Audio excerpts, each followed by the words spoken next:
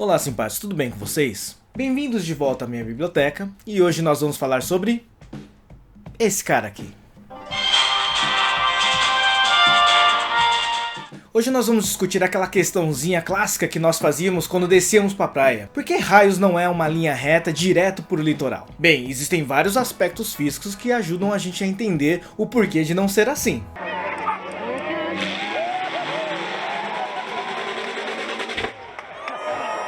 Até o exato momento, estudamos bastante os conceitos que envolvem a cinemática escalar. A partir da aula de hoje, nós vamos começar a ver alguns aspectos da cinemática vetorial. O que ela vai trazer de tão diferente assim? Como agora a trajetória ela é curvilínea, ela vai apresentar algumas características um pouco diferentes do movimento retilíneo que vimos antes. Mas para isso é necessário revisar um detalhezinho importante de operações vetoriais. Vamos lá?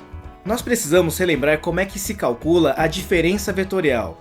Para isso, vamos considerar dois vetores A e B. Lembre-se que a diferença vetorial ela é, na verdade, uma soma disfarçada. Então nós podemos representar a diferença A menos B como sendo A mais o oposto de B. Lembre-se que quando multiplicamos um vetor por um número negativo, apenas alteramos o sentido dele. Então nós vamos operar entre o vetor A e o menos B, que agora está representado com o sentido trocado. Muito bem, vamos utilizar o método do polígono, isto é, a extremidade de um vetor vai encontrar a origem do outro vetor. Pronto, dessa maneira nós temos aí que o vetor diferença vai ser esse vetor indicado. Para se determinar o módulo desse vetor diferença, podemos usar o teorema dos cossenos, o teorema de Pitágoras, e às vezes nem precisa de tanto, apenas uma soma ou diferença dos módulos desses vetores resolve o nosso problema. Agora vamos dar uma olhada no nosso exemplo envolvendo a cinemática.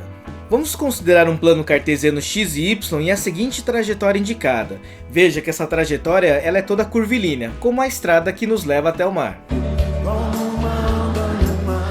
Vamos fixar duas posições em cima dessa trajetória, indicados pelo espaço S1 e espaço S2. Então, nesse caminho compreendido entre essas duas posições, destacado a seguir, vai apresentar um comprimento que é dado pelo deslocamento, ΔS, que é igual a S menos S0, ou seja, o deslocamento é o espaço final menos o espaço inicial. E agora, em função dessa trajetória dos dois pontos S1 e S2, nós vamos utilizar aí dois vetores de posição, o vetor R1 e o vetor R2. Esses dois vetores são desenhados em função do nosso referencial XY, mas não vai importar o nosso referencial. O que será importante nessa análise vai ser exatamente o vetor diferença entre esses dois vetores. Veja que o vetor diferença, que representamos por ΔR, é apenas um vetor que liga a posição inicial até a posição final. Esse vetor que acabamos de desenhar é o nosso deslocamento vetorial. Note que nesse caso nós temos que o vetor deslocamento